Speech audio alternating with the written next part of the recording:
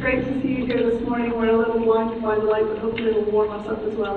And it's a real pleasure to have been invited by Arts Council England and Gabby and the team at the AND Festival. But I thought I should probably start with just a bit of a background. As a researcher, I have been working with curators to look at how their practices have changed as a result of new media art and technology and artists experimenting with new forms of art making. And part of that challenge has been to then consider where does the work of art go, and how does it get there, and what's its long-term legacy, and where does it end up. And so I made a little flow chart on the way here that sort of describes this process, because I think we need to think of this as something cyclical. So whatever the form of media art is, whether it's a digital art form or some form of creative technology, that's always going to change, right? But by dealing with that kind of work, you're going to be thinking inherently about how it's produced and how it's distributed, where it ends up. And through doing that, you're going to be thinking about curating, because curating is creating context for this artwork to sit in the world, for it to tell its story, for it to do the thing that that art thing does, right? And in the process of working with new media, you'll probably find that the curators are themselves the artists, or the curators are the audiences. You know, this task of producing and distributing the work will change, and it will demand different roles. And if you really think about the artwork long enough, you'll start to worry about what happens to it after it's been produced and distributed, and who's looking after it, and where has it gone anyway, and who remembers it. And that gets you into these questions of preservation, which then gets you into, are you going to bother being part of art history or not? Or are you going to rewrite art history, and you're going to create an entirely new canon, and essentially, as we know, previous art informs future art. With any luck, people will then come back to the beginning again, and knowing what came before, will make new things in response. What we have at the minute is a slight problem in that the media art history is very patchy, and art history as a field is a little bit resistant to these new upstart forms of art and culture and creative technology that don't fit within the nice categories that art historians sometimes adhere to. And so, it's a bit blurry, I'm sorry about that. We have, these kind of traditional publications that might capture some of those histories, but not all these publications, I would say, are evenly distributed. You know, the future is here in these books, it's just not well distributed, so you might have kind of a coffee table book that might give you a picture history of media art. You might have a very expensive academic press book that actually has a lot of good critical thinking and a short shelf life. You might have a new kind of academic writing that is published online or in a different sort of new kind of peer review system, print on demand, and that might be better distributed but it has a short shelf life. The book at the bottom right-hand corner, how many of you know this book? Yeah, this is a book Arts Council England published 10 years ago at an event that we held at Tate Britain. Some of you may have been there. John and I spoke together on the panel there, so you're having a bit of a deja vu moment. And it was a book that looked at 1997 to 2002. No, 2000, the New Media Projects Fund, which was a particular funding opportunity that supported a lot of early experimentation with what we might now call digital media. The book about it was published by Fact. So sometimes these kinds of publications really look at very distinct organizational histories, and then the problem with that is how does that connect to a larger or a wider culture.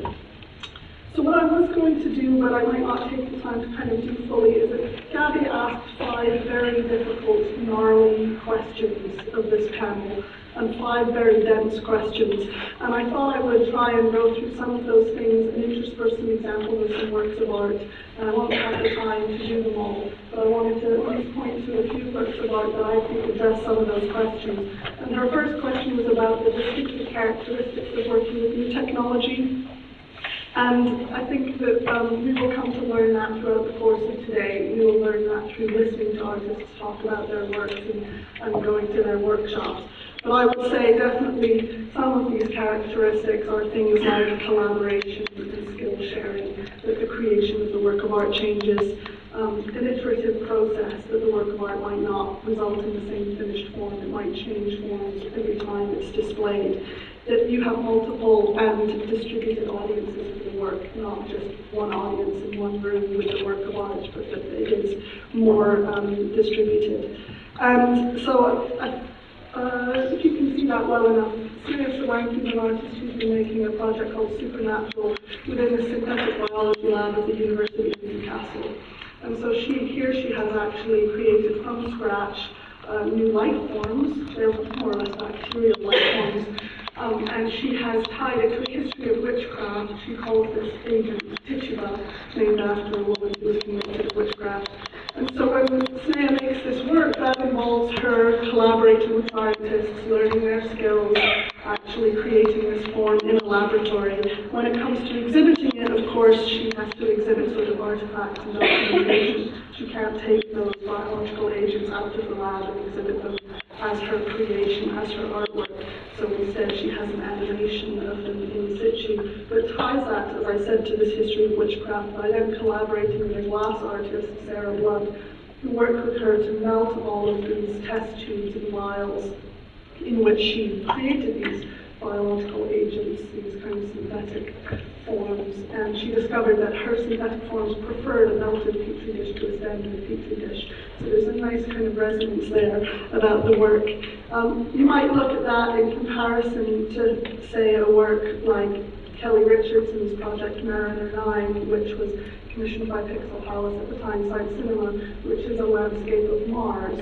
And so whereas Snea's in the lab working with scientists and then working with other artists for a visual presentation of artifacts, Kelly's very much in her own studio herself creating this work, emailing NASA and asking them for the data of the terrain of Mars, using that to then map this virtual landscape that she's made. She's filled the landscape with dead rovers and dead explorers and robots, imagining a kind of dystopian future of a Martian landscape littered with human debris, as it were.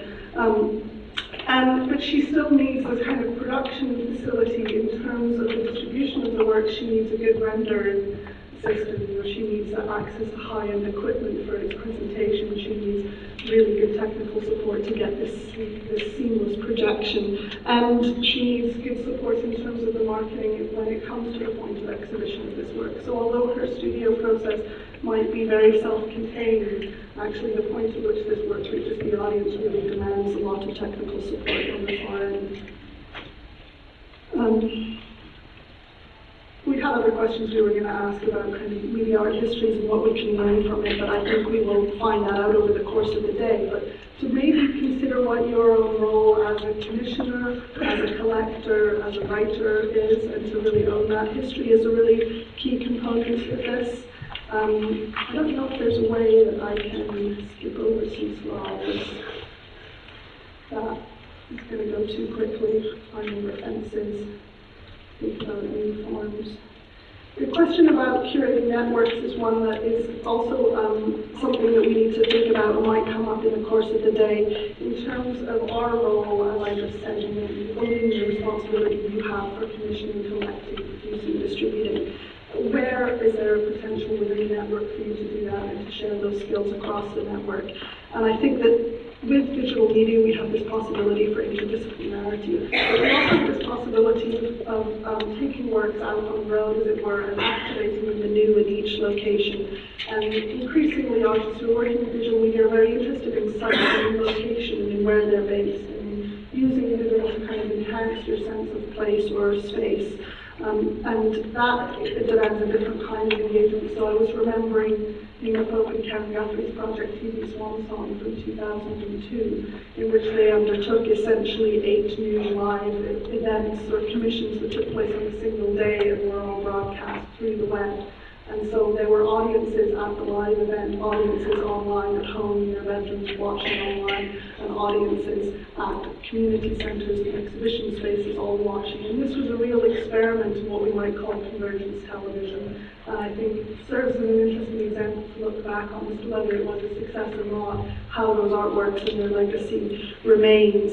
And we get to the point then when we start to think about the role of artists as future they're imagining what a future new technology could be. They're sort of proposing a new use of an old technology, or where there's a gap and something needs to come into play. So Active Ingredient made this project called Make TV, which was a really brilliant kind of combination of a social media platform and a performance-to-camera system, whereby you didn't have to, it's very Web 2.0 at the time, in 2004, you didn't have to learn any particular software coding skills, you didn't have to have anything fancy, you just had a computer with a webcam. This was before all the computers had webcams built, but some of them did. And you could book yourself a time slot in which you would go live to the web and perform. This seems very obvious now as a way of working, but the idea of a scheduler or a distributor of this, I think, was novel. The problem was that this project launched about 2 weeks before YouTube came on the scene. Yeah. YouTube is a totally different thing, but it sort of took the place and took the common understanding of distributing video and uploading your own homemade movies and your own performances and distributing them differently. So I would like to just kind of maybe end on that point and hand over to the artists on this panel and think about ways in which, in terms of Gabby's other questions, what are the challenges and ways that inform the future? And that particular question, I suppose, what we want to think about is really how the artists are the ones who will know before the funders know, before the corporations know. They'll be the ones who know what's needed, and artists will be the ones who will be experimenting in that space. And that we need to maybe understand what our roles are in supporting that process. And I think that's probably a good place to maybe just do that as a kind of very little plotted history, a few examples, not too many, and we might come back again at the end to some of these questions. But I just wanted to situate, essentially, where I see over the last 15, 20 years, we're still in this cycle of artist creation, us thinking about how it gets produced and distributed, how it then gets historicized, how it then informs the next round of creation. And just remember that this is a long-term game. This isn't always followed in the studios. It's really following artists in the direction they're going in. So with that, I'll hand over to our first speaker, who's John, who's going to stand here, I think, and tell us about some of his work that he does together with Thomson and Craighead. You okay with that? Hello. Oh, that's quite nice. Yes, hi. Thank you, Sarah, and thank you, Arts Council and Abandoned Devices for inviting me. My name's John Thomson, and I'm half of the artist collaboration Thomson and Craighead. Alison, Craighead can't be here today, sadly. And what this means is I'm going to spend the next 15 to 20 minutes introducing 4 projects, and I'm going to say we all the time, and I'm meaning Alice and myself, not the royal we, of course. The 4 projects I've chosen to present today are just from the last 5 years. I've been working with Alison together for over 20 years, and we've come really out of a space where we were art school trained and started working with video. But when we were working with video, it was really at the point where the World Wide Web appeared and kind of exploded into our consciousness. And so that's become something very important to us in our practice. But the 4 projects are going to introduce 2 of the kinds of broad interests that have characterized our work over the last 20 years. They're not in chronological order, but as I go, hopefully things will become clearer, and then these examples that I present and introduce to my practice can feed into the discussion that we have after. So this piece is called A Live Portrait of Tim Berners-Lee. I kind of enjoyed the fact that we were asked to make a portrait. It seems such a traditional thing to do as an artist.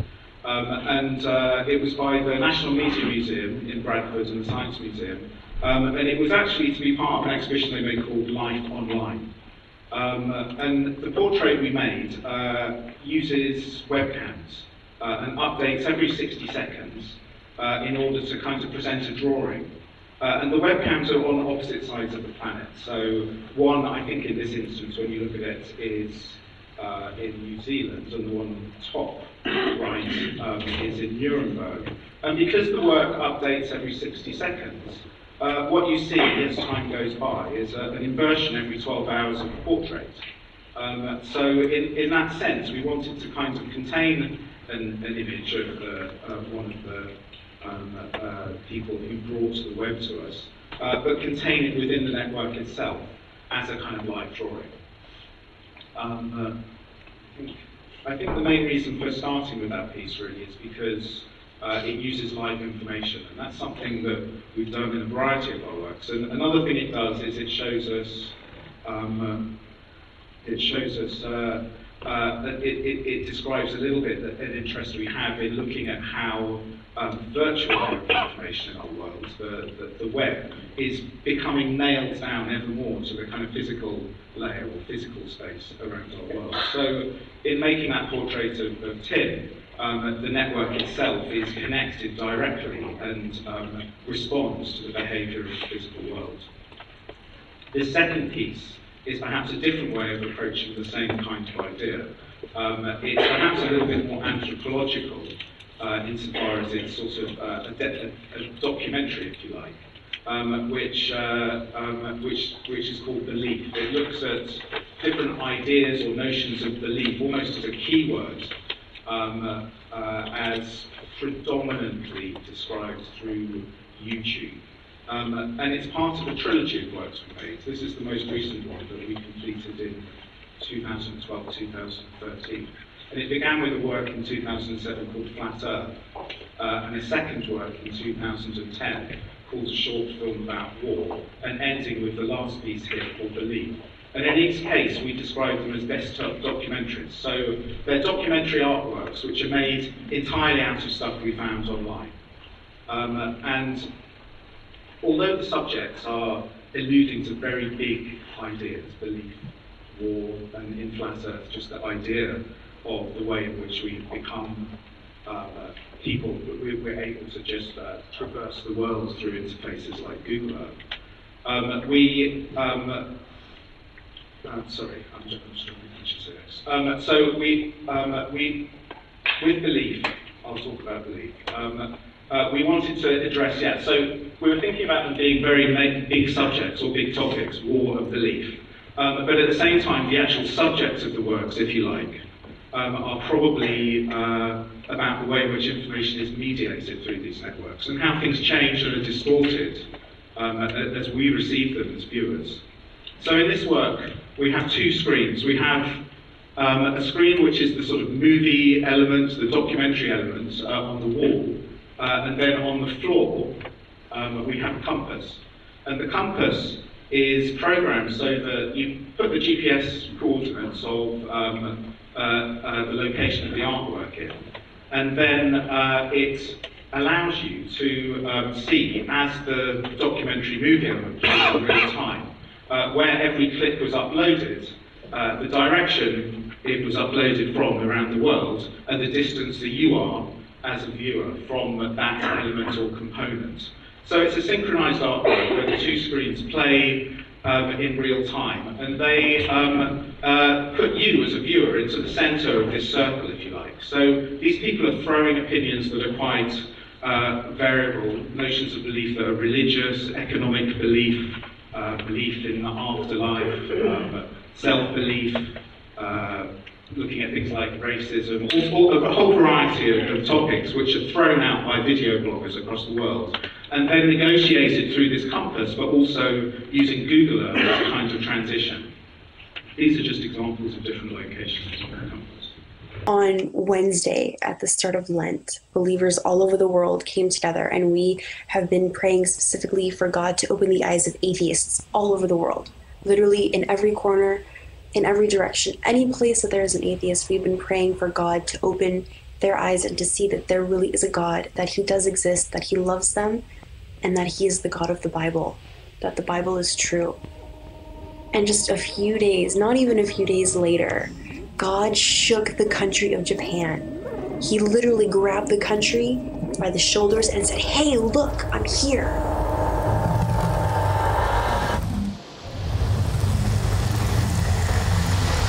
Now, I might be an Indian, but we are all from the same goddamn planet, for God's sake.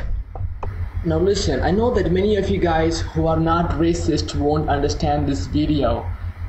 But believe me, millions in this world are racist and they discriminate us. We are not titties to get slapped. We're any kind of Asian bitch booties. These racists, they will be burned in hell by God Almighty.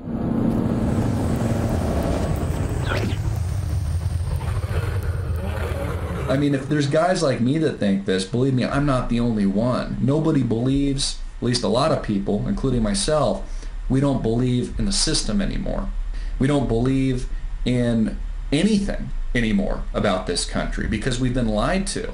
And, you know, actions speak louder than words, and the resounding truth that has been evidently clear the past few years is that we reward fraud and that we reward corruption, which is exactly what we've done through handouts, bailouts, and, you know, making sure that these elite bankers never have to take a loss. What we have is a broken economy, we have a broken nation, and we have a broken belief system. And you see, that is the biggest tragedy in all of this. So, you get the gist. It's about 16 minutes long, and it's a cyclical work, so the narrative kind of loops and is endless. It covers a very wide range of things. And I guess, ultimately, we're interested in perhaps trying to cultivate a relationship between the viewer/artwork and the material that's being mediated and edited and constructed in the form of this documentary artwork. And that's by putting you in the centre of this basic visualisation, which is in essence the size of the planet. So the portrait of Tim and that work, Belief, I guess are both examples of an interest which recurs in our work that looks at this relationship between the physical world and global communication systems like the web, and how that virtual information and physical worlds are interacting, perhaps affecting how and what things mean to us. The next two pieces of work, to conclude before, perhaps look a bit more at kind of our interest in instruction and also in generative processes. So the two pieces, this first one and the last piece, Stutterer, which is very recent work, are both instructional artworks, or at least that's how we describe them.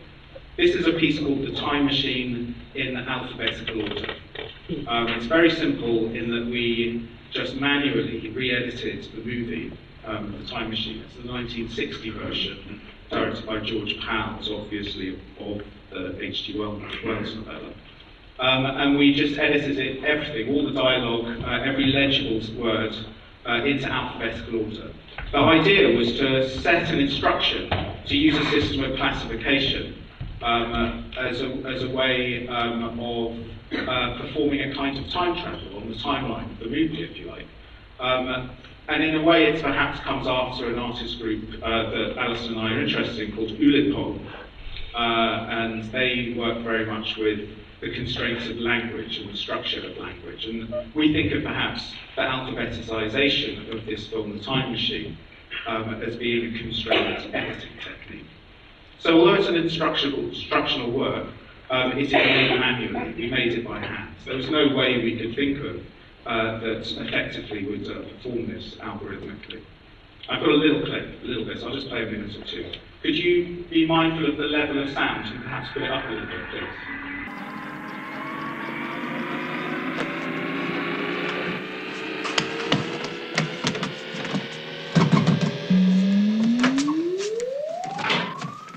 George, Germany. Germs.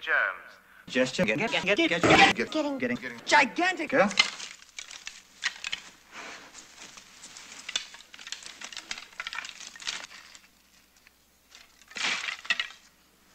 Give it glimpses. Glorious. Go. Go. Go, gentlemen. Go. Go. Gone.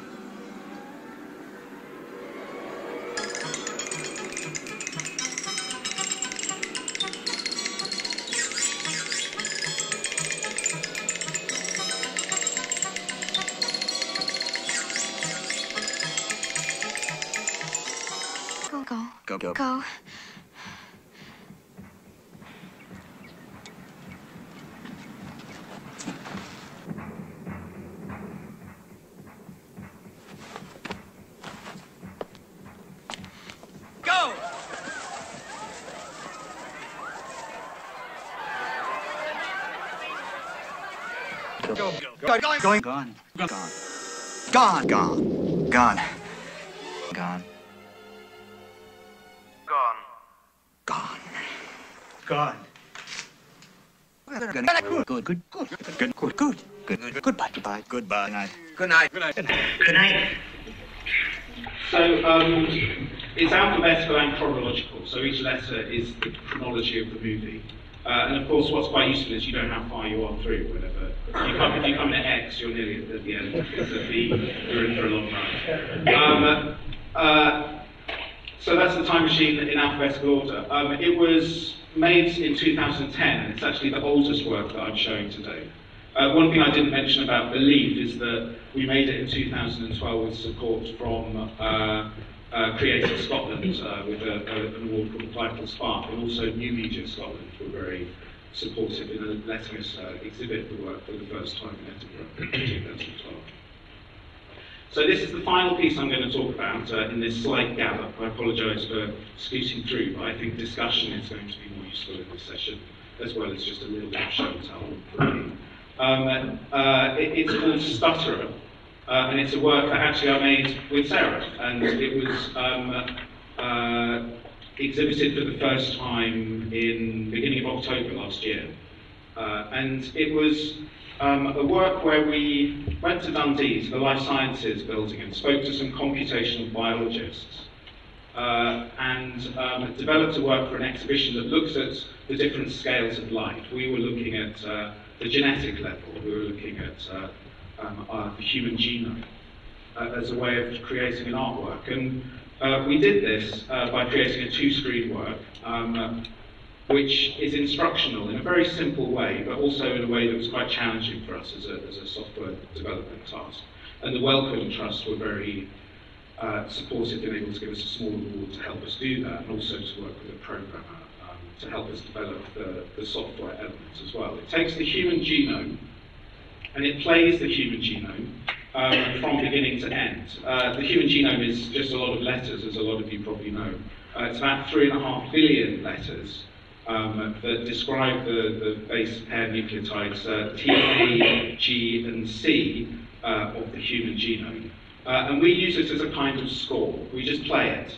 And if a T comes up, or an A comes up, or a C, or a G, it triggers a video clip, a clip that we've collected, and from broadcast television, mainly using services like YouTube, but restricting ourselves to looking at mainly documentary broadcast television from between 1990 and 2003, which is the period of time it took us, humanity, to sequence our first human genome. So we use the first version of the human genome as a way of playing a score, which then plays little clips taken from broadcast telly, English language broadcast television, from wherever we can find it in the world. And it creates a kind of poetry, a sort of poetry machine. So it could go terrorism, or it could be maybe Michael Jackson saying God, or it could be Taliban, or Christianity, or and this kind of montage plays itself out endlessly according to the instruction, what is the letter of the human genome, and choose a clip at random. At the moment the library is about 500 clips. We want to extend it to around about 1,000 initially, and then maybe more if we're able to. And then if the letter in the genome repeats, then repeat the clip. That's it, those are all the rules. So it might go terrorism, catch, or something like that. But it just plays itself endlessly. And it gives you a kind of weird sort of snapshot of a period of history, which is the time it took the genome to be sequenced. And we wanted to use words, we wanted to use speech as the kind of body, the sort of anthropological body of this work, because we're sort of suggesting that perhaps linguistics itself is one of the defining characteristics which has allowed us to apprehend our genetic codes in the first place. So the piece plays itself. I'm afraid I don't have a video clip of it, because it's only just come down actually last week, and we've not got a video recording and documentation done yet. But you get a little bit of an impression if I play a few of the slides. So the last two works, I guess, generative process, instructional works, the first two works, live information, real-time processes that look at how networks connect with the real world. That kind of covers a certain amount of the sorts of things that interest in our practice, interest us. So hopefully that's enough to introduce my work, and then we can move on to the discussion after Morgan and Ruth. My microphone is still on, or not, it could be turned off. I thought I could just ask a kind of linking question and then we'll hand over to Morgan as we go. But if you can't hear me. Your works have addressed different senses of time within it, which really, when I understand in terms of future work, you're working on an incredibly long time span. We're working we're looking at the decay of radioactive waste, actually, and setting up timers and markers that chart that information. That information, of course, ranges from a few tens of years to, well, the industry says 100,000 years, but that's like just a ceiling. It's millions of years, really. But we're quite early days in the process, and we're working with a group of people and physicists and people in the industry as well to try and look at very, very deep and long time. We're interested in things that are very much now, very dealing with nowness, but also we're interested in marking very long periods of time. Not so much in a hubristic sense that we create monuments that are going to last a long time, but more as a way of measuring ourselves from now against different time frames. I wanted to tease that out just because I think that we have this problem sometimes within the field of new media and digital, that we're constantly thinking about something very effervescent and something fleeting and something that sort of bubbles and pops and disappears very quickly. And I think we have, with on this panel, some kind of expertise that looks at longer time periods and the legacy of work and how long things last. And so we'll see whether that ties to what Morgan had to say. Don't want to give you up to join up, and over to you. Yeah. What should I do? Take that as well? No, I think you're in Am I on? Right. Okay, let me just get a set up here for a second. Right, it's quite precarious. Drink that angle. Alright.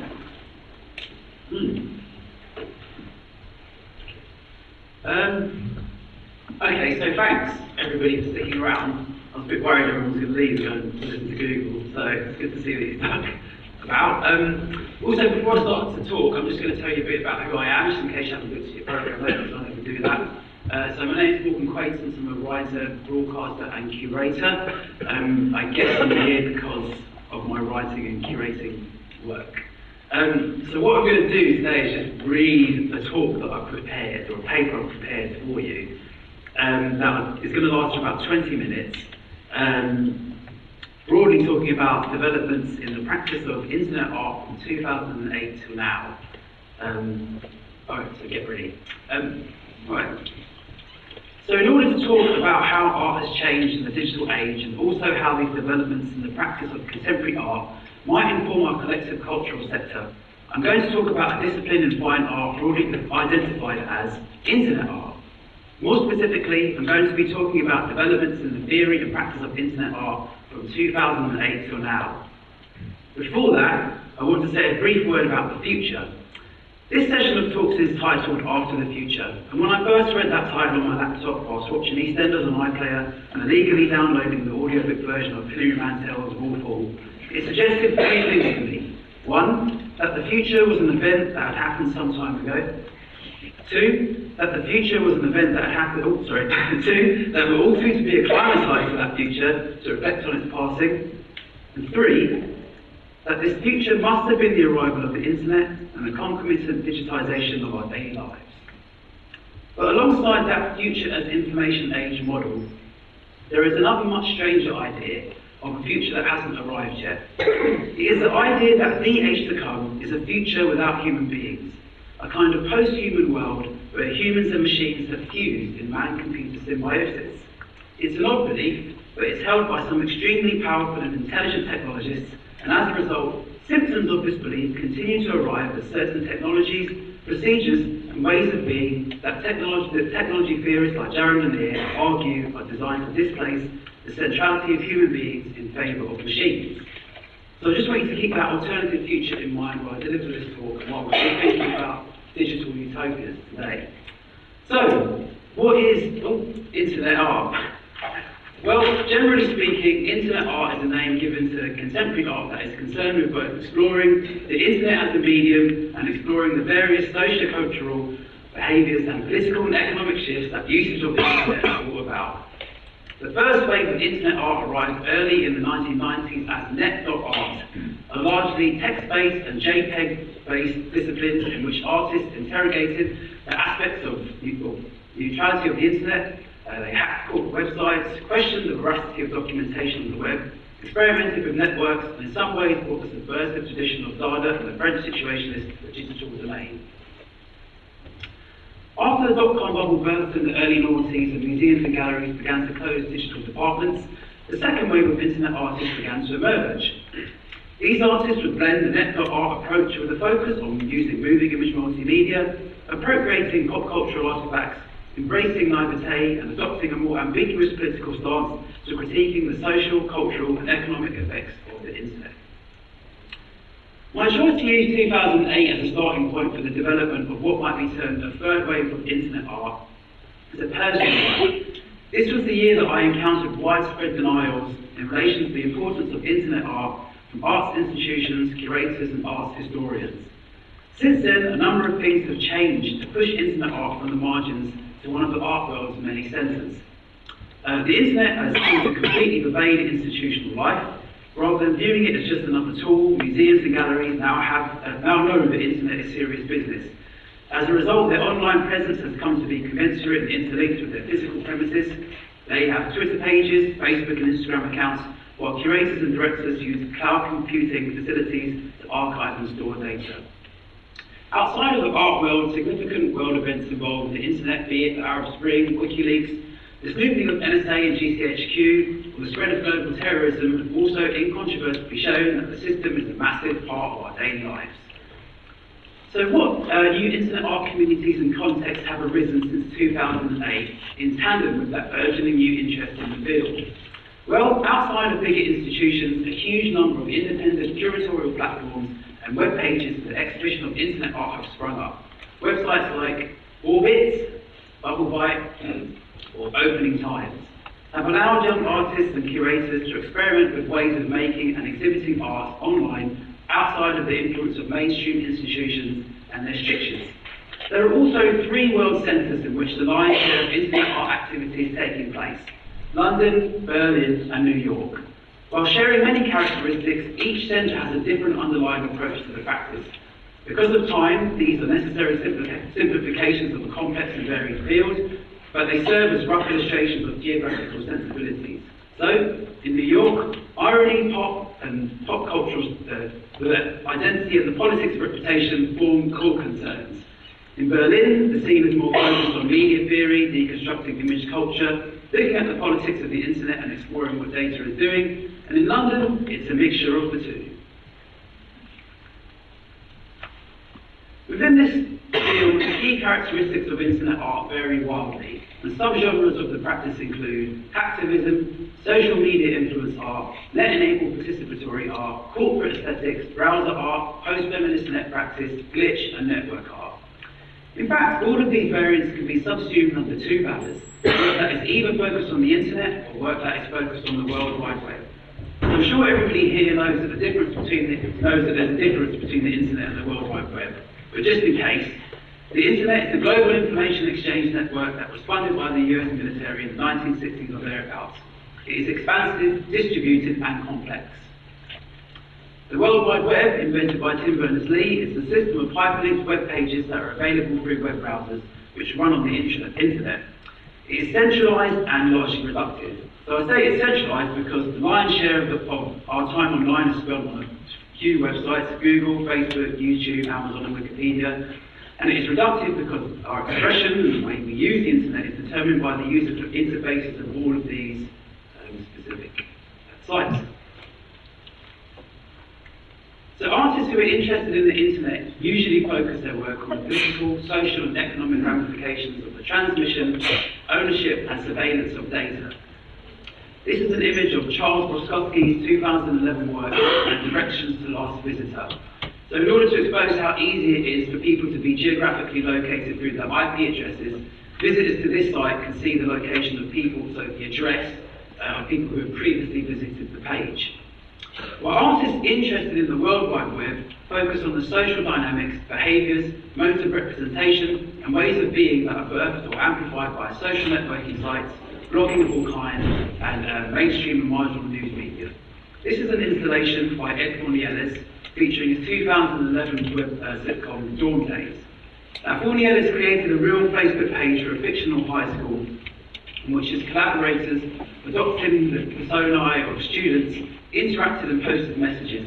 The events produced by these online encounters were the basis for this video installation. So from 2008 until now, the exponential growth in artists making internet art and institutions, scholars and publications interested in writing about that work has led to the emergence of a field called post-internet art.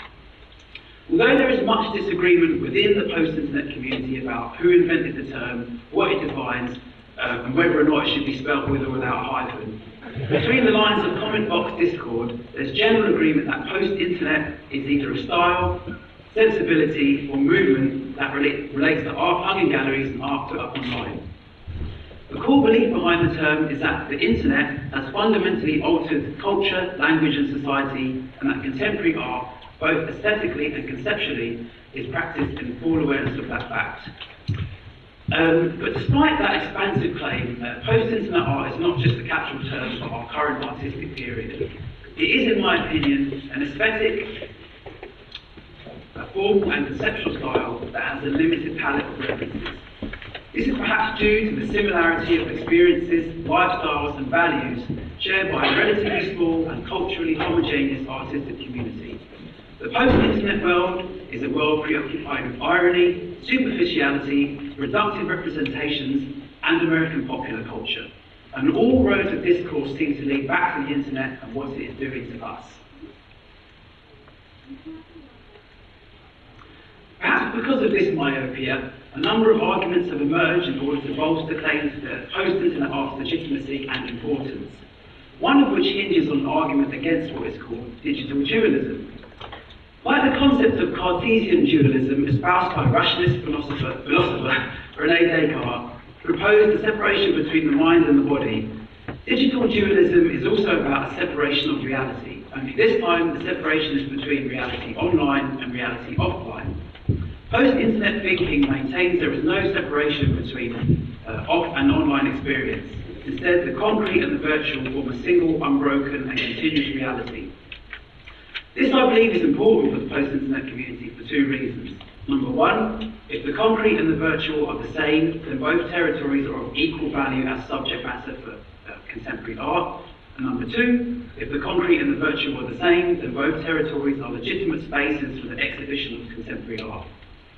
So my problem with post-internet and the development of this strand of digital art, or digitally aware art since 2008, is that it has become too mired in its own insular debate to realise how limited its fields of reference have become. Of course, there is now a high degree of crossover between life on and offline, but I believe that they remain fundamentally different entities. And although post-internet art preaches an equivalence between the concrete and the virtual, it's clear that it attaches greater aesthetic and conceptual value to changes brought about by the internet and World Wide Web, or rather to analysing, depicting, or critiquing those changes that have been brought about by the internet and the World Wide Web. For me, this all feels like a symptom of the singularity, because it is as if human beings are being displaced in favour of the network, or rather, human experience is no longer valid unless it is seen through a web-born aesthetic or explored as a behavioural norm developed on the internet. The pursuit of the ineffable or the numinous has been pushed aside in favour of a commentary of clearly representable themes, a kind of reportage art. But what about big subjects like death, time, truth, consciousness, and the transcendental? Are these all subjects for a dated romantic consciousness? What place do they have online? So at a seminar on curating new media held at the Baltic Art Centre in 2001, which you two were at, Ruth, a first-wave internet artist, said, "If actual curating of online stuff can only be done online, it is done by everybody alive and it's called links. And if you are able to draw enough attention as a quality broker of dialogue about quality ideas, you'll get very many people visiting your site. I used to think that was a pretty watertight definition of curating online, but I no longer think that takes us away. Rather than focusing on ideas, I think the internet has far more potential as an experiential medium. The computer, like the printed book, is an interface I most often access on my own. I think art on the web has the potential to draw in the spectator in the same way a text can. It can achieve this by focusing on effect, on altering the emotions or consciousness of the viewer to some degree. I believe that effect is the bridge that temporarily closes the gap between off and online experience. Like this GIF, effect has the ability to grab and pull you into the screen. It is a parameter that is, if properly used, can pull the viewer straight into the work and transform the browser into a portal and opening for a profound experience. So to summarise, my perception of the internet art, of internet art since 2008 is that it has grown in popularity but also become insular, standardised and fairly predictable, which is arguably the state things achieved before change. What I am most looking forward to over the coming years is the end of post-internet art. It's on the horizon, and what I hope will come next is work that uses the full effective potential of the internet and World Wide Web to develop digital works that are unafraid to explore metaphysical terrains. Thanks.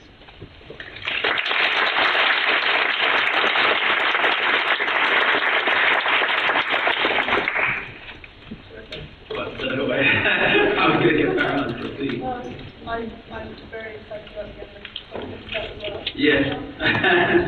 And I guess I was intrigued by your use of this term, limited power references. Yeah. And do we struggle in that because of kind of amnesia or lack of knowledge about what's coming before, or is it kind of deliberately? Because it's not there to be found, or hasn't been saved. I think the internet and World Wide Web have gone through a number of different iterations in the popular consciousness. So in the early 90s, it was this niche technology that was really difficult to use. Everybody had slow dial-up connections, and you had to have a certain level of expertise to sort of get into the fun, creative aspect of the world. And then the second iteration was this weird time in the early noughties, or early to mid-noughties. And I think MySpace had a really important part to play in popularising a certain grasp of what the World Wide Web could be. And I think, in a way, the sort of centre of the web shifted then to America in some ways. And so, what you have in post-internet art, I think, is that there's a lot of people who haven't necessarily grown up on the history of net.art, or even the stuff that was happening after the bubble burst in the early 2000s, but grew up sort of posting things on MySpace or customising websites or using Tumblr or using Facebook, and then just jumping headfirst into appropriation. And I think appropriation usually is appropriation of like popular culture and multimedia. And for some reason, America still has this sort of cultural hegemony. So basically, most of the stuff that we're digesting is from the States. So we're not just digesting like cultural artifacts, but also language and ways of being. So I think that has a big part to play, because if you want to be seen as legitimate in the field, you have to adopt certain tropes and ways of communicating and aesthetics in order to be seen as legitimate. And it just so happens that at the moment, the space where that's all coming from seems to be the US. I don't know if that answers your question. Yeah, no, I think it's a good segue though to move on to Ruth and to think about the creation of these online platforms and these ways of accessing the wider scope of references. I think, a longer and deeper history. So why don't you tell us about what you're doing? Thank you. Actually, I wasn't planning to talk about any of that. but I'm going to try and reflect some of those fascinating points as I go through my slideshow, which is much more about the future. But I completely agree that one of the challenges for all of us who care about finding ways for artists to share their work with audiences is the danger of insularity. And that's, I think, a really interesting trend that you identified. The Space is a commissioning agency, basically. It exists to support artists, to commission artists to create new work that people anywhere in the world can enjoy via their computer, their tablet, their mobile phone. That's what the space does. It's the wonderful, extraordinarily great, I think, creation of the BBC and the Arts Council working together. And you heard earlier today from Denise Bassett about the various strands of work that the Arts Council is investing in to help artists, audiences, cultural institutions, creative industries to seize all the opportunities available in the digital age. And the space is focusing on just one of those opportunities, really, which is to help artists make new work. And we're doing that in two ways, really. We're very new ourselves. In this iteration, we launched in June with a hackathon at Turbine Hall, where 100 artists came and didn't go to sleep for quite a long time, and miraculously came up with some really incredibly interesting ideas, some of which the space is helping them to develop to the next stage. And that launched one of our first Thanks the space to launch this beautiful project, and I think this is great. Give another opportunity to build up this platform for artists and or somebody like me to work with this project. I believe many young people and students will love it, and I also think many interesting works will come along with this project. Let's make an effort, make our world has more possibility and the new way to communicate and to express ourselves. Thank you.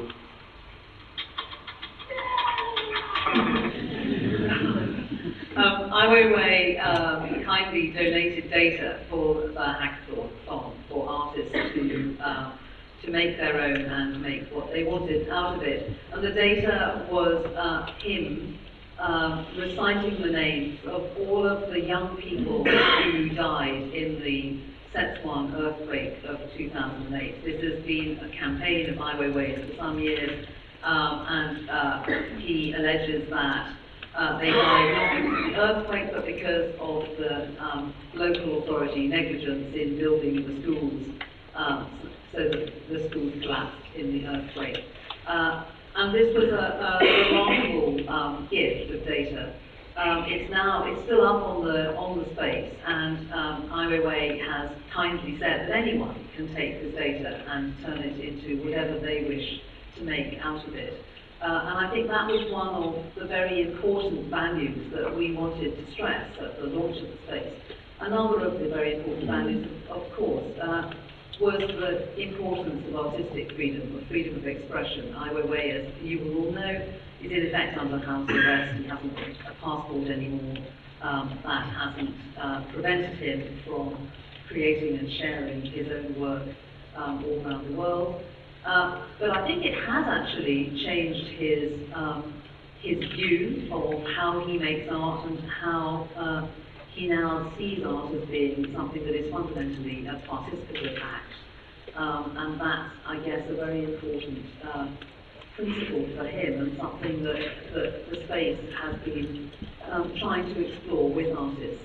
And as you say, one of the key elements of experiencing art is how you can make it as immersive, as powerful as possible, and participation, turning your consumers of art, your audience of art into participants, seems to be one way for artists to connect with audiences.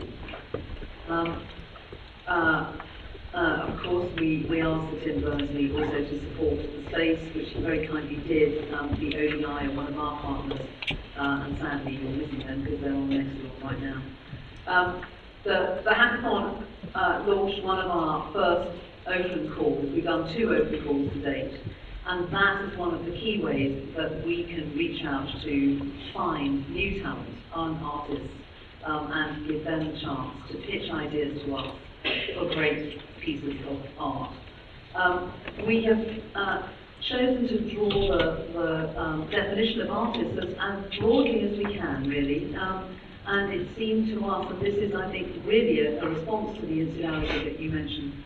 Artists come from the world of tech, they may be coders, they come from all of the creative industries, they come, of course, from the traditional art sector and from cultural organisations. But artists in this world can come from many backgrounds and may well not have any orthodox training in the arts. It's already clear to us from the first hackathon and from the first 2 open calls that some of the most brilliant ideas come from people who perhaps have not previously defined themselves as artists. So I think it's really important that in the digital age we can look in a fresh way to the roots to ensure that artists and talent is identified and developed from all sorts of backgrounds, not just from the backgrounds that perhaps the traditional arts sector is used to. We are going to have a 3rd open call, but I'm not quite ready yet to announce it. Sorry, that would be really cool. But please keep an eye out. But meanwhile, we have at the moment got a partnership with Wired. You'll know, many of you, about Wired's fellowships, and together with Wired, we're launching some creative fellows. There are 3 creative fellowships that we at the Space and Wired are offering together, and each of those fellowships comes with money to invest in helping the fellow to create a new piece of art. So please, it's easy to pitch to us. We're looking for brilliant people with great ideas, with original ideas, with innovative ideas, and with ideas that might excite and engage people all over the world. So that should be easy. Seriously, please apply. It is quite a simple thing to do, and for us, the most exciting thing is finding a new voice, a new talent. I'm asked just to talk about a few projects. We've so far, since June, published 40 commissions, and those artists have come from a range of art forms and backgrounds. Some of them are well established, some of them are emerging talent, I think is the phrase that we like to use. And I'm just going to very quickly describe a couple of the projects. I think it's important to say that as we enter this next phase, we're all making it up as we go along. So these examples I find fascinating. I think that they were inspiring, and I think they have lessons. I'm not holding them up as perfect, because I don't think we've yet found perfect, and I think that's an entirely healthy challenge for us. So Jeremy Deller made a piece for the Space 1418 Now, which is a commissioning agency that is asking artists to make work reflecting on the centenary since the First World War, and BBC Arts. And Jeremy made a piece called Lights Out that built up to the actual centenary of the start of the First World War on August the 4th. And when the war broke out at 11 o'clock our time, midnight, mainland Europe, on August the 4th, Earl Grey famously said that the lights were going out all over Europe and we wouldn't see them lit again in our lifetime. So Jeremy took that idea and made 4 pieces, which we published one a night up till the final one, which was published on August the 4th, that played with the idea of light and light being extinguished, and used archive from the Imperial War Museum. So used the voices of actors reading out the memories of soldiers in the First World War and soldiers that are still alive and working. We're artist-led, and that's a very important principle. And that's also not always an easy principle, any more than artistic freedom of expression is an easy principle. But so when Jeremy said that for him the most important thing about his artwork was that when the lights went out all over Europe, i.e. at 11 o'clock at night, Arnold's before, his artworks would cease to exist. So they did. That's incredibly annoying because they were, beguiling, fascinating, powerful, disturbing, very, very beautiful. I think one of the most beautiful things that we have commissioned. But you can't see them now because the lights went down all over Europe. That's, of course, part of the artwork. Maybe we should discuss it. It's one of the most perverse ways of doing audience development that I've ever come across. But Jeremy's the artist. I'm not going to linger on this. Dear Scotland, it was one of the first things that we published because, in a way, for me, it's a stage to another commission that I'm going to talk about in a minute. But this was a piece that we did with the National Theatre of Scotland, where 20 artists, Scottish artists, made very short letters to the people of Scotland about the referendum. And that was seizing a moment, I guess, about something that was incredibly important in Scotland, where the artists all had something very clear and urgent they wished to say. My point about this is artists aren't often impartial. This was a piece that actually, it was important that the space was an independent organisation because the artists were not 50-50 in their views about whether Scotland should become independent or not.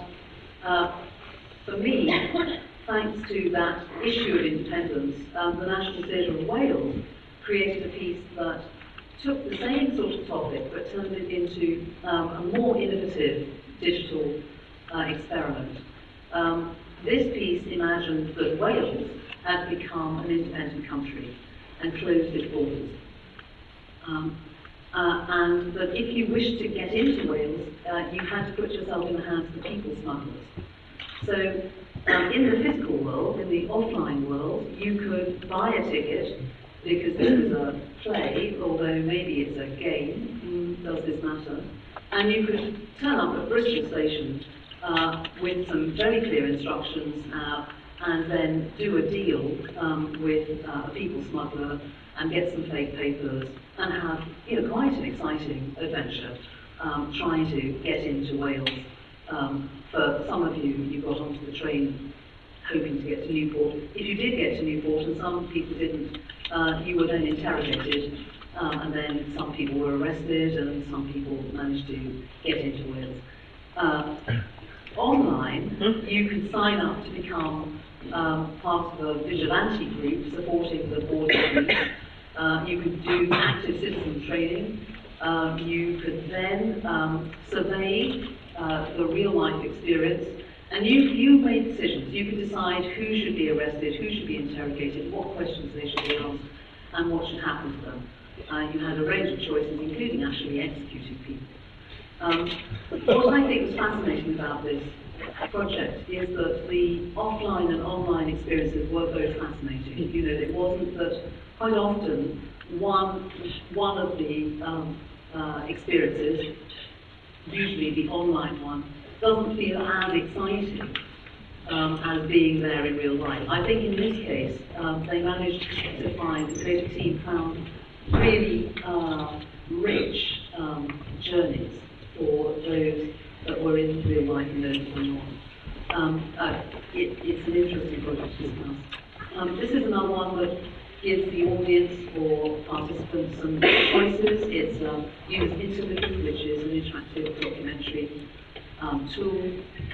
It's a partnership with the Tate, also has the help of BBC Arts, and it offers you the choice of watching a concert. That's not particularly innovative, but you can also choose, while you're listening to Terry Riley's music, to go up the escalator and take a few looks in the pictures. You can also choose to go back to Mali, from where the musicians of Africa Express have come, and have a look at them at work in Mali. It's quite a rich experience, and I think takes you further, both into the music and into the life of Africa Express, as well as, of course, into the This is another piece that is entirely participatory finance. Haiku is based in the digital artist. It's a very simple piece. You've created a tool that enables people to create their own artwork. It's currently in Sweden, actually. It's part of Digital Revolution, and of course it's also on the space. But it's and co-creation with the London. It's got a long tour around the world. And it's quite interesting to see how that piece is developing in terms of the communities that choose to work with it and what they choose to do. This is another piece that has artists working together from Brighton and from Cape Town. It's a very quiet piece, actually.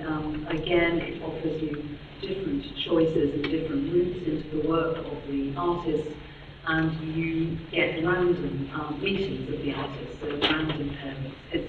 It's a piece that took those artists quite a long way down the road of exploring with tools that might be available to them, and I hope there's very good here.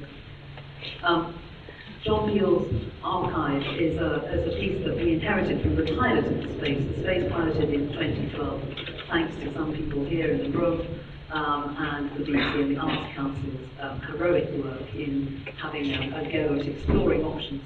And this is an example of artists taking some of John Peel's remarkable archive collection and resharing it. We're building up to, I hope, at the end of our journey with John Peel, a way in which anybody, in fact, can come and curate from the archive and make what they wish.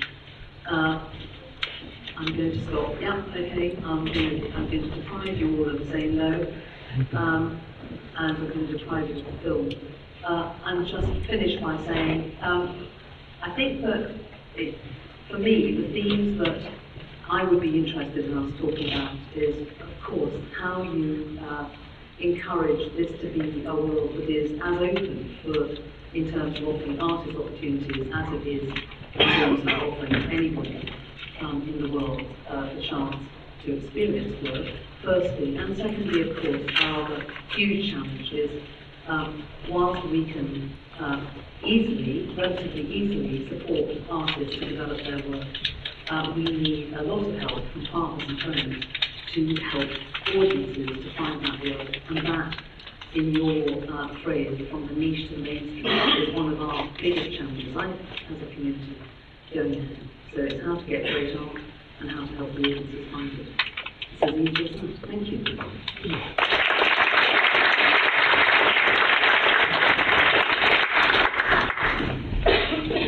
This one is on. So does anybody have burning questions for anyone of our panelists with a particular presentation? So far, there's a question right here at the very front to begin with. This is a question for Morgan, really. Would you say the change in technology, so in particular I'm looking at the death of Flash, or the dying roles of Flash, has impacted what you were kind of talking about earlier, the demise of post.com art?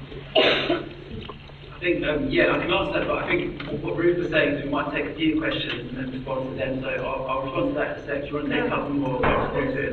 Very questions, we'll queue them up, and then, there's one just here, behind you there. Hello, I'm Lucy from SpaceX. I think one of the things I'm really interested in the sector as a whole is that some of the things we've learned about access to disabled audiences should kind of in space. So the things we know about subtitling television or theatre or offering audio description in our art galleries and paintings, I don't want that to all be lost in new art forms, and I wonder if anyone on the panel had any thoughts about that. Thank you. Is there another question? I wanted to ask you a question related to your concept of post-internet art. And I was wondering why you don't call it post-digital, why there's been a big debate about this topic until now. So So maybe you can specify a bit better how you refer to that in comparison with this debate, if you are familiar with it. Okay, so we've got, just to go through questions, one really that's looking at, in some form, preservation, what happens when the technology changes, how does the change in a particular technology affect how the work is read. Another about how do we translate knowledge from one discipline to another, and how is the experience that's gained in working with digital technology in one field enormous influence, another field particularly around access to work. And then one really about kind of these vocabulary moments that we're having, how we're defining what it is that we're looking at, and how it's going to be understood in the future by the terminology we choose to use really about it, how that reflects. So, more than want to take so the first question was about Flash. I'm not sure, to be honest. I don't think so, though. I think what you're saying is the technology affects the change in practice, but I don't think that's the case. I think it's not. See, these terms are just fictions, really. Post-internet art, meta art, all digital media, new media, they're all fictions or constructs that help journalists write about art. In fact, artists are just making work. And we put them in these tiny e-boxes and we can talk about it. So even though I'm saying, there's a first wave, second wave, net artists continue to make work today, even though that it hasn't dissolved. But I think post-internet it may be a loose community of people who have grown up, and the reason I was talking about having similar sociocultural experiences is because they find an affinity amongst the things that they're interested in and start making work and start writing about it. And a few people, different people, coined the term post-internet art around 2005 and 6. But I don't think it's to do with obsolescence of technology, although certain things do emerge in post-internet art as tropes that I think are birthed through using certain technologies. For instance, a lot of people in the 1990s there's a big fashion for two-screen, split screen. Everything has to be split screen. You make a video of you have two screens, maybe have 4 or 5. But in post-internet art, there's a taste for having one screen in the background and another screen in the foreground. And it's an interesting thing because in some ways I wonder if it came about as an accident when you're using Premiere Pro. If you use different aspect ratios, that's what happens. So it could be that is a way that trope emerged through using the technology. But as I say, I don't think technological determinism makes the movement. I think the movements are largely fictions. But yeah. I think it's an interesting point you make though, because there are elements of technological determinism. I think the animated GIFs, for example, is something that sustains its own peculiar insularity. In an interesting way, actually. And also, when you talk about Flash as a technology that's now largely obsolete, I mean, it exists across the web still, very much so, things like iPod. But there are actually preservation issues to do with that. I mean, museums like Tate have works which were constructed in Flash, and they need to try and find ways for them to persist if they want to fulfill their curatorial remit. So it's a big subject, and you can look at it in different ways. I think this raising of the question of preservation also does come back to the earlier question about how information travels from one discipline to another. And I think what we found in looking at the way some of these works are commissioned and then their long-term legacy is that there needs to be a huge amount of metadata around it. Someone needs to capture the story of how that work came into being, why choices were made aesthetically on behalf of artists, or choices were made on behalf of audiences' access. Maybe your example of theatre, that needs to come into conversation with museums. What's the forum for people in one area to meet with the people maybe doing in another area for them to learn from that same experience and put it across?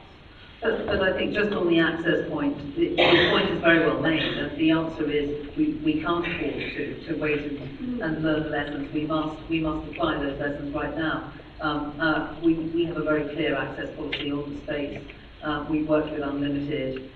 We work very hard to support disabled artists, but also to support audiences who might have special needs, special requirements. And I think that is an incredibly important point, that you have to think quite a lot of detail about what access means.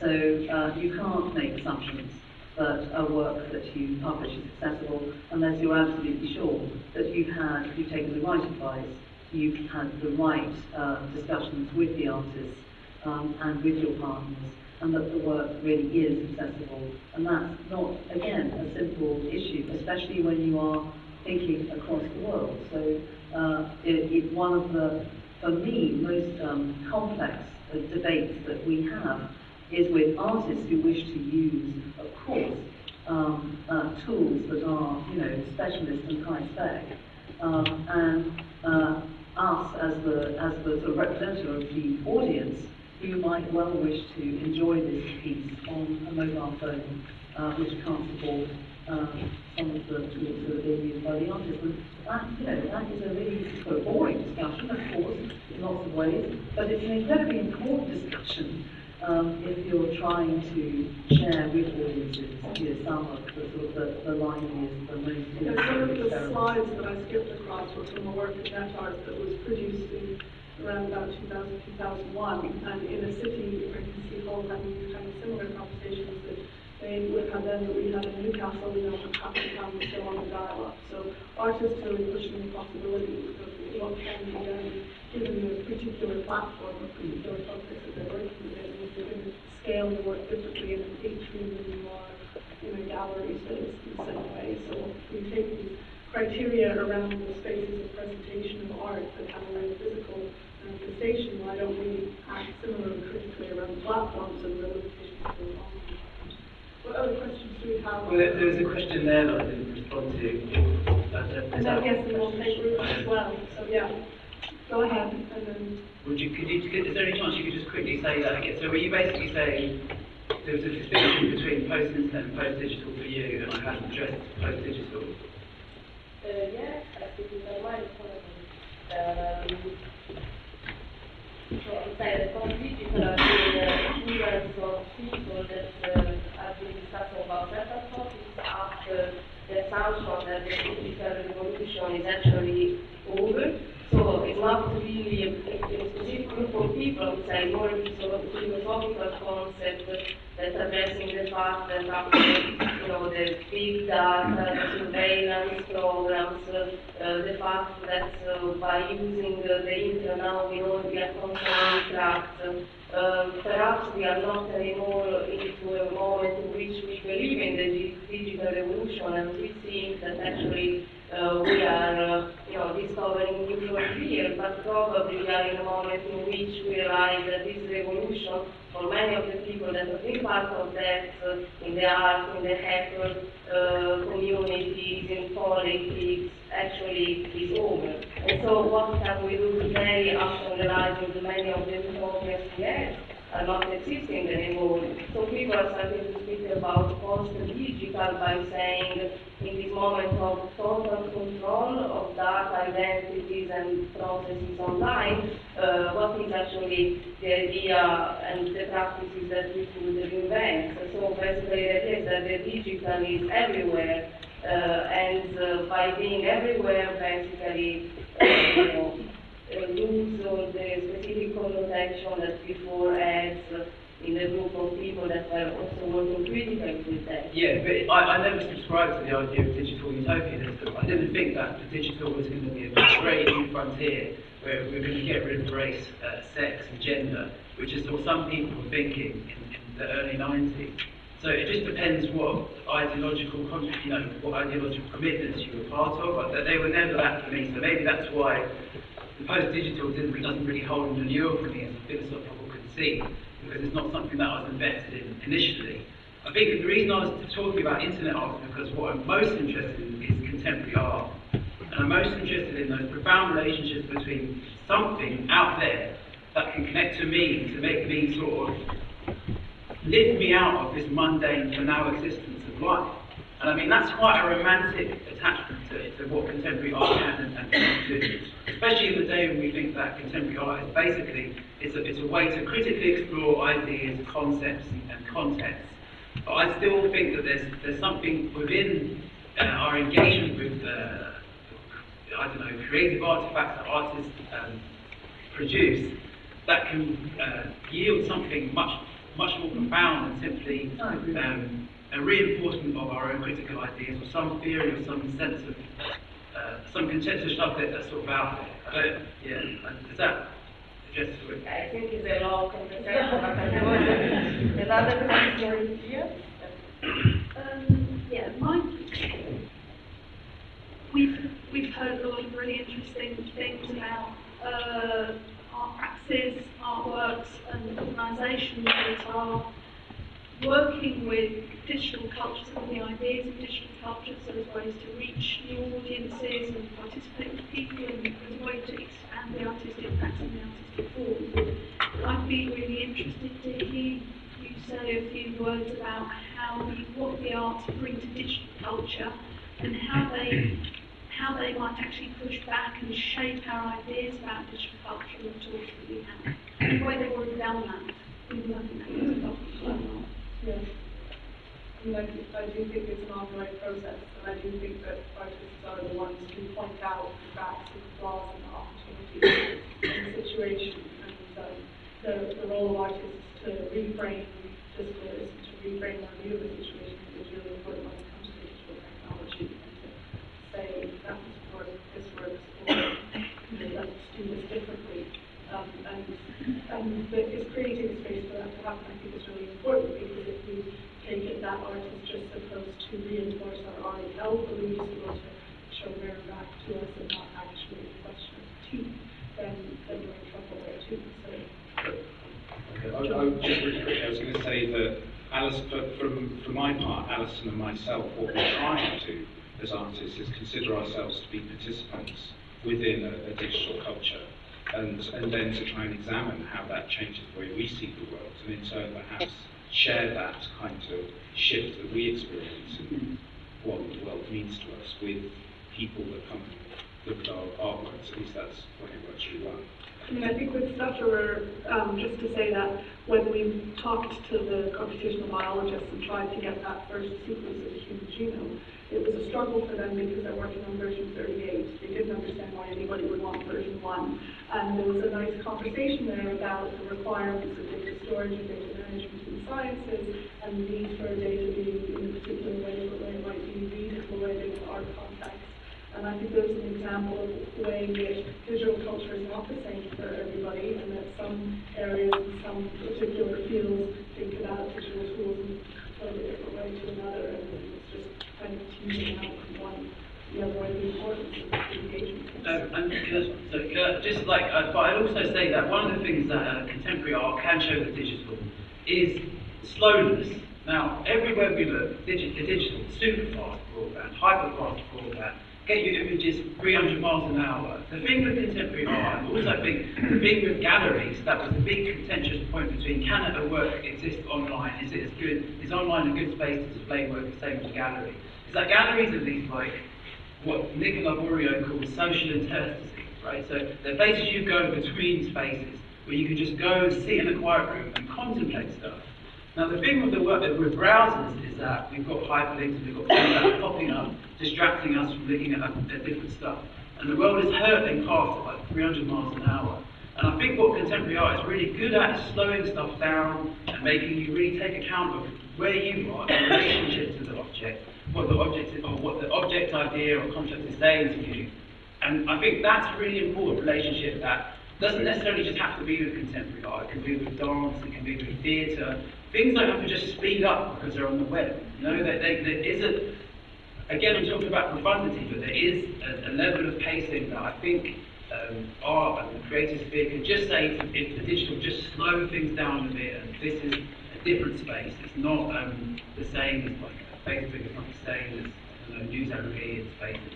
We're working with the Serpentine and Ed Atkins on a piece as part of their Extinction series that Serpentine did recently. This is a 10-year-long durational piece. Stutterer takes 18 years to run. I think it's a fantastic. These are both fantastic examples of the point that you're making. Of course, with Extinction, I think there's an expectation that the tools that it's using will become extinct before it gets to the end of the piece, and that's part of the piece. And that, I think, does raise really profound issues for curators who are interested in issues of archive and preservation, because in a way it's setting out to be anti-preservation, anti-archive. Well, it becomes a challenge, actually. Yes, that's true. It's a wall conceptually trying to pass this.